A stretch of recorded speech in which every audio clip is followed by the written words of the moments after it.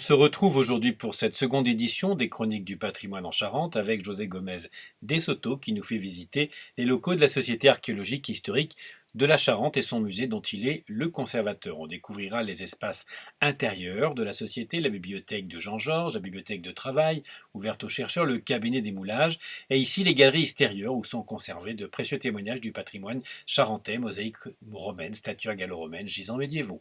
Bonjour José Gomez Dessoto et merci de nous recevoir à nouveau après cette intervention sur le casque d'Agri. Cette fois-ci on se retrouve dans les locaux de la Société archéologique et historique de la Charente. Alors est-ce que tu peux nous parler justement de cette société?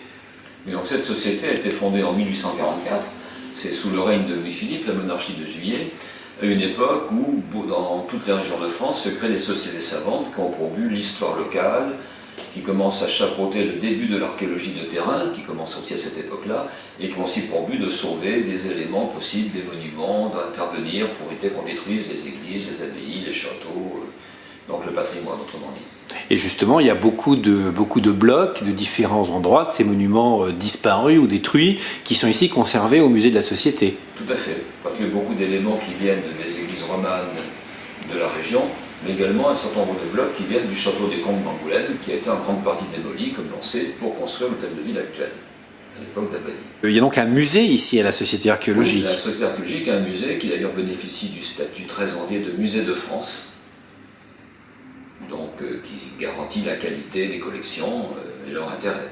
Et donc il s'est enrichi au fur et à mesure des donations de particuliers, en plus des fouilles qui ont pu être menées ou des produits des fouilles qui ont été amenés par un petit peu tout le monde ici. Oui, c'est tout à fait ça. C'est-à-dire qu'il n'y a pas de loi sur l'archéologie avant 1941 et le musée était constitué à partir de 1844, donc date de la formation, par des dons de particuliers, blocs récupérés d'un côté à l'autre, ou des objets d'art régionaux, comme des faïences par exemple, des documents aussi, beaucoup de documents locaux qui ont été récupérés, et au fil du temps s'est constituée une très grosse collection, dont également des blocs des remparts d'Angoulême, des remparts romains, quelques blocs ont été trouvés vers le Crédit Lyonnais par exemple, ou vers l'hôtel de ville.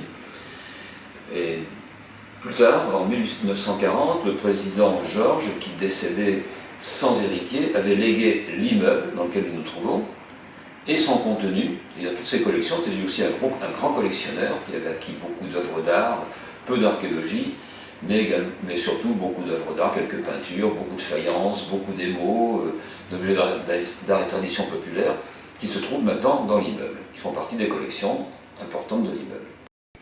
Alors il y a parfois des objets qui viennent de très loin ici, qui sont conservés à la Société. Tu peux nous en dire plus un petit peu sur ce sceau que tu me montrais tout à l'heure? Oui, par exemple ce sceau, c'est la matrice d'un sceau, c'est celui d'un cardinal espagnol qui s'appelle cardinal d'Albornoz et qui a créé à Bologne le collège des Espagnols, donc un établissement universitaire comme ils sont créés partout en Europe à l'époque, et qui a été offert à la Société archéologique au XIXe siècle.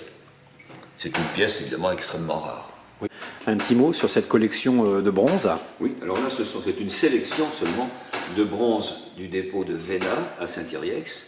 C'est un énorme ensemble d'objets d'art du bronze qui ont été enfouis au IXe siècle avant Jésus-Christ, et c'est le plus gros ensemble connu en Europe, après un autre dépôt à Bologne, on revient à Bologne curieusement, d'objets semblables, qui sont des objets cassés, peut-être ici à la refonte, ou des offrandes aux divinités, comme on le pense plutôt maintenant. Et la Société archéologique, on possède la plus grosse partie.